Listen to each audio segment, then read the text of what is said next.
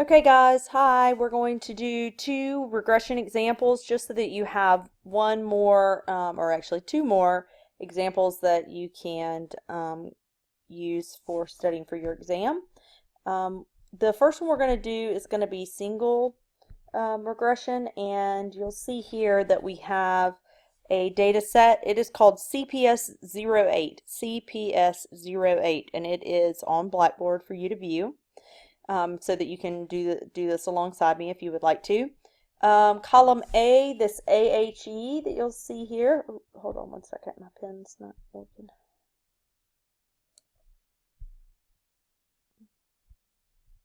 Hold on.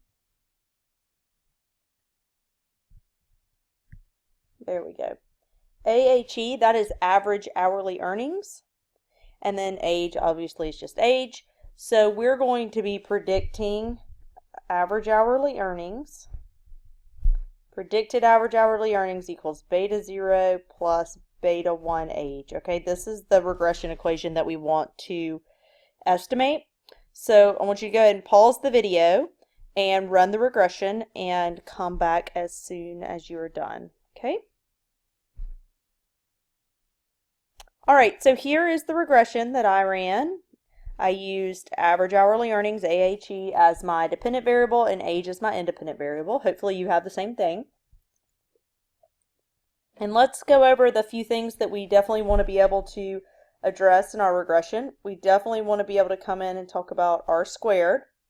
We also want to be able to identify our both beta 0 and beta 1. We'll come back to that shortly. Look at the t-stat and p-value of beta 1 and the confidence interval too, maybe.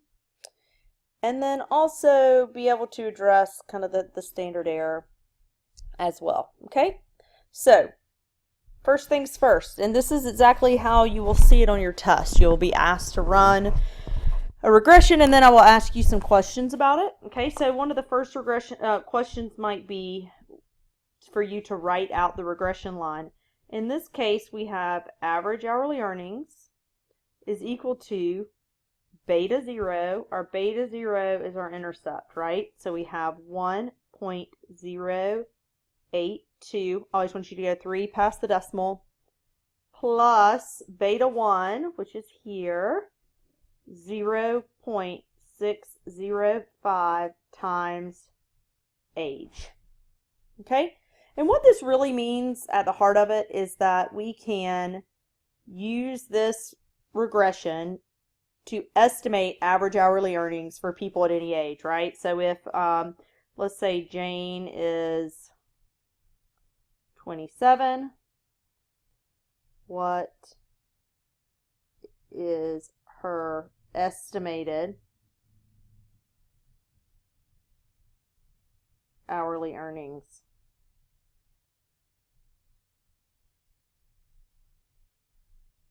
Well, what this does is this allows us to look at predicted average hourly earnings would be equal to 1.082 plus 0.605 times 27, right? We just plug in the age.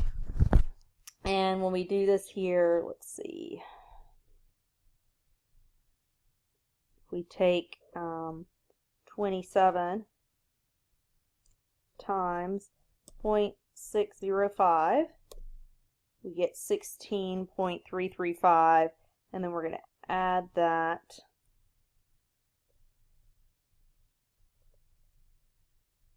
to the 1.082, and so we're going to find that that is her average hourly earnings. Okay, so let me write out the math here.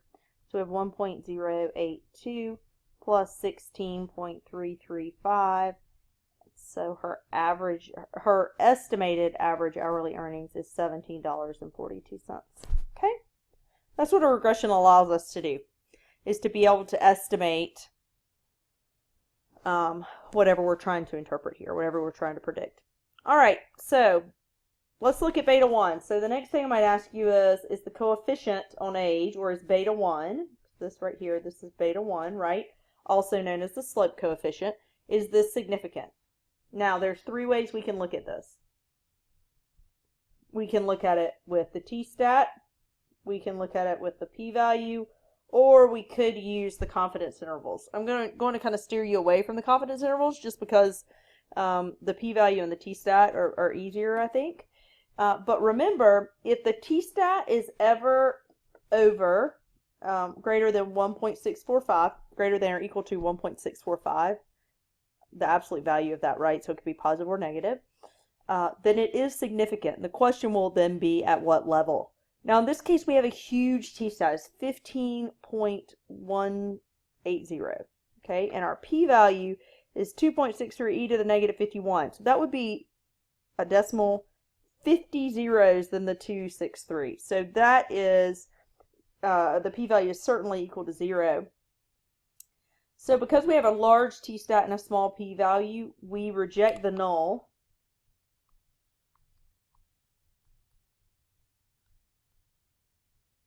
That beta 1 is equal to 0.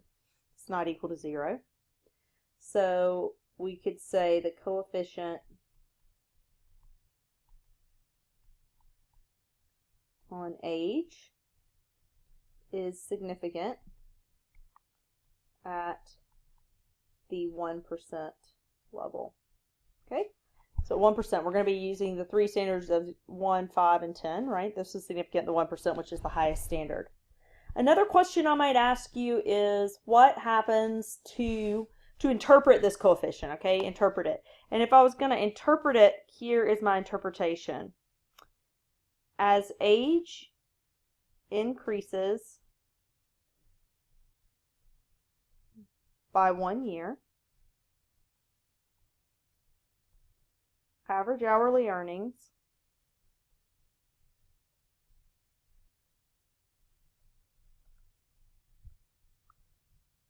are expected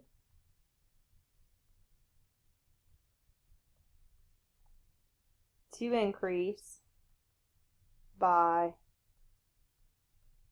60 cents. Okay? That's our interpretation. All right, so that's single regression. We also went over multiple regression in class, right? So I'm going to switch over to a different data set, and this data set is called teacher ratings, I believe. Yeah, teaching ratings. This is also posted on Blackboard for you to use. So if you want to pause and go grab that, that would be great. In this case, we have a multiple regression, and we are going to run a regression with course eval as our dependent variable, and then the other 6 is our independent variables. So minority, age, female, 1 credit, beauty, intro, and non-English, or non-native English are going to be our independent variables. Let me explain to you what these are. Course evaluations, these are average course evaluation scores for college professors. Minority is 1 if the professor classifies minority, 0 if they are not. Age is age. Female is 1 if they are female, 0 if they are male. 1 credit is 1 if it is a 1 credit course, 0 otherwise. Beauty is actually a scale of beauty that this is an actual data set that was used by researchers, and these researchers had students rate them on beauty as well. So a positive score means they're attractive, a negative score means they are not. Intro is a 1 if it is an introductory class, 0 otherwise. And non-native English is 1 if they are a non-native English speaker, and 0 if they are a native English speaker. Okay, so I want you to pause this now and run a regression with course eval as your dependent variable and the others as your independents. Okay? Okay, so here is the regression that results that you should have by doing the multiple regression analysis. And actually, as I was sitting here doing my own, I just thought about the fact that I forgot to go over the r-squared on the last example, so I'll make sure to do it this time. Okay, so let's go ahead and do the r-squared first. Oops.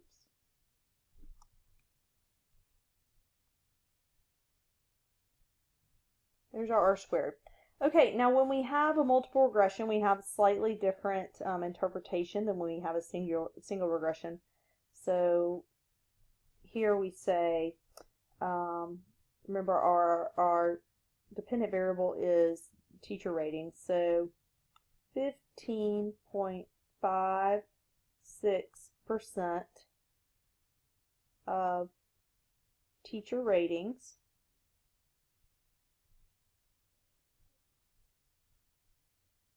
can be explained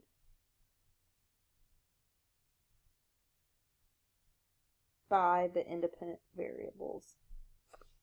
Well, and let me actually be a little more specific here. 15.56% of the variation in teacher ratings. So it's not just the teacher rating itself, it's the variation of teacher ratings.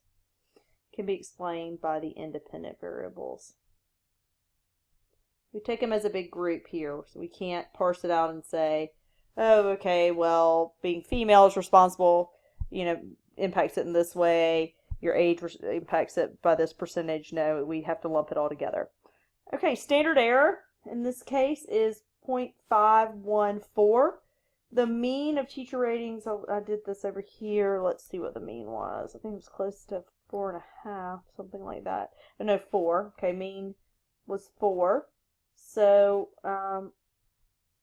standard error of 5.14 is low. Okay, so we have a relatively low standard error. Significance F, we're looking at that as well. It's 0, so this is a good model. R square isn't very high, but that's okay. That's okay. All right, so here's what I want you to do. I want you to pause for a moment. I want you to look at, we have 6 independent variables here, okay? Some are significant, some are not. I want you to pause and go through and determine which are significant and at what level. And then also, I want you to interpret these significant variables. Remember, if it's insignificant, we do not interpret, but we do interpret all the significant ones. So I want you to do that as well. Okay, so go ahead and pause. I'm going to pause mine as well. And so the next thing you'll see is the answer to all those questions I was just asking you. So go through, look at which one of the independent variables, which one of the coefficients on those variables is significant and at what level, and then interpret them. Okay? Okay, so I know there is a lot written on this page now, but I've gone through and done hopefully what you did. Yours probably looks nearer than this, but I'm writing on my Surface Pro, so it's about as neat as I can get. But anyway, let's go coefficient by coefficient and see if they are significant. The first one is minority, right? This is beta 1. And the p-value is 0.027, so it's greater than 0.01, but less than 0.05. So you can see over here on the right-hand side, I say minority is significant, sig, shortened for significant, at the 5% level. And my interpretation is as follows. Now the coefficient is negative 0.169. What does this mean? Someone who is a minority has average evaluation scores that are 0.169 points lower than non-minorities, all else equal. Okay, it's 0, 1, and remember when it's 0, 1, you're comparing the 1 to the 0, so the minorities to the non-minorities. Next one, age. Age has a p-value of 0.464. Because it's larger than 0.1, it is insignificant, so I did not interpret it. Next is female, bottom left here. The p-value there is 0.0003. The t-stat is negative 3.59. Since that is greater than absolute value of that is greater than 2.58, we know it's significant at the 1% level. Okay, this coefficient is negative 0.183, and here's the interpretation. On average, females have evaluation scores that are 0.183 points lower than men, all else equal. Remember, when you're doing the multiple regression, the all else equal part is really, really important. Okay? Next is 1 credit. The p-value there is 0, so it is also significant at the 1% level. People teaching 1 credit hour courses have scores that are 0.632 points higher on average, all else equal. The students like professors better when they just have them for an hour. Not surprising. Next is beauty. It is also significant at the 1% level. You can see the t-stat's large, 4.98. Since it's bigger than 2.58, that means it's significant at the 1% level. And you can see the p-values in scientific notation, so that means it's 0. This is not a 1-0 variable, right? This is this beauty ranking, which is an actual number. If you remember the data, this is the beauty ranking here. So we interpret this a little differently because it's not a 0-1 variable. So beauty is significant 1% level, and the interpretation is that as beauty increases by 1 point, which sounds funny, right? Because how do you measure beauty by points? But that's what they did here. So as beauty increases by 1 point, we expect evaluation scores to increase by 0.159 points, all else equal. Okay, so people who are more attractive get higher scores, all else equal. Intro is our next variable. The p-value is 0.885. That's much larger than 0.1, so that's insignificant. Did not interpret that. The last one is non-native English speaker. P-value is 0.023. So that means it's significant at the 5% level. And hopefully you can see I did this one up here at the top. One second. Right up here. It's significant at the 5% level. You can also tell here, see this t-stat down here? I'll draw a box around it. It's negative 2.27. Well, that's less than, or it's closer in, right, than negative 2.58. So we know it's not significant at the 1% level. The 5% level, remember the critical value is 1.96. So since it's between 2.58 and 1.96, we can say it's significant at the 5% level. Now, I personally think it's much easier to look at the p-value, because then you're just looking at, is it less than 0.01? No. Okay, then is it less than 0.05? Yes, so then it's significant at the 5% level. Okay? All right, so here's how we interpret this. Non-native English speakers have evaluation scores that are 0.244 points lower on average, all else equal. Okay?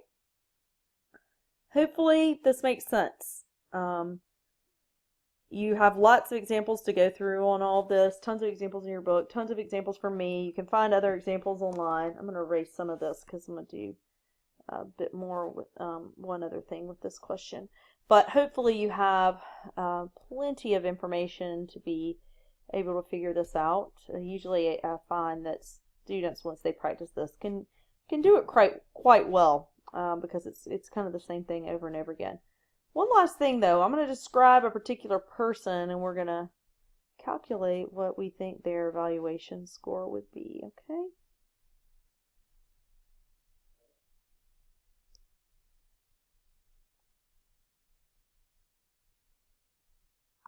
Read some of this stuff. Okay. Draw it over here. So let's say Dr. Smith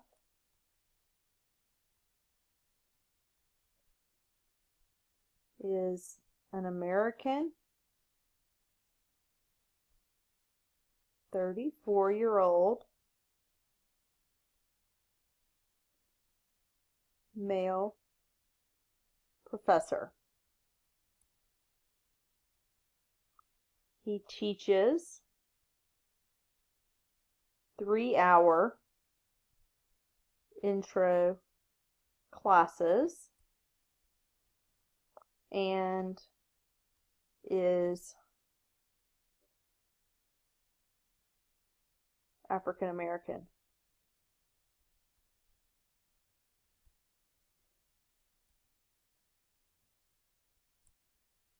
He has a beauty rating of 0.672. What is his estimated evaluation score? Okay, so I'm going to go over this. You might want to pause this for a minute, calculate yourself, and come back. But I'm going to go ahead and show you how to do this. Okay, so we're going to write out the equation and just plug in what we know, right? So we have predicted evaluation score is equal to the intercept, 4.169. Oops, already made a mistake. That's not good. Minus 0.169 times minority. Is it a 1 or a 0? Well, in this case, it says he's African American, right? So it's going to be a 1. So it's going to be times 1. Then minus 0.002 times his age, 34. Okay, I'm getting everything from over here, right? So I'm getting my coefficients from here and then multiplying it by the information that I have in the paragraph above. So next is female, minus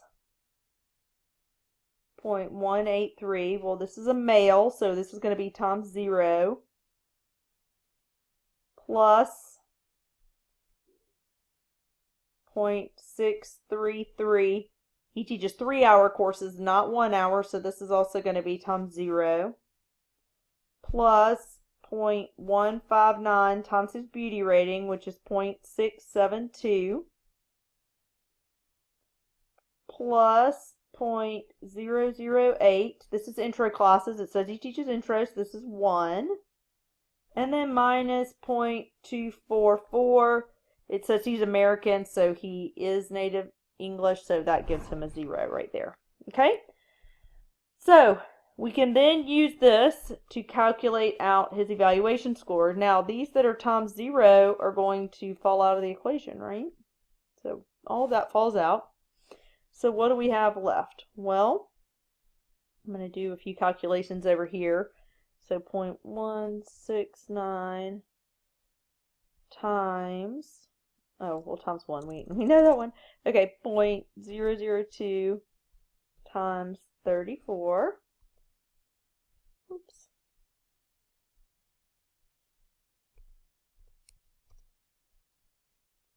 And then 0.159 times 0.672. And so this gives us, we're going to have 4.169 minus 0.169, right? Then minus 0.068, then plus 0.107, and then plus 0.008 times 1, so 0.008. So if I come over here and do this math, I have 4.169 minus 0.169 minus 0.068 plus 0.107 plus 0.008. And so we get that his estimated evaluation score will be 4.047. Okay? All right, so that's going to be it for these two examples. I hope that this helps you figure out how to do regression and helps you understand it a bit better. If you have any questions, please let me know.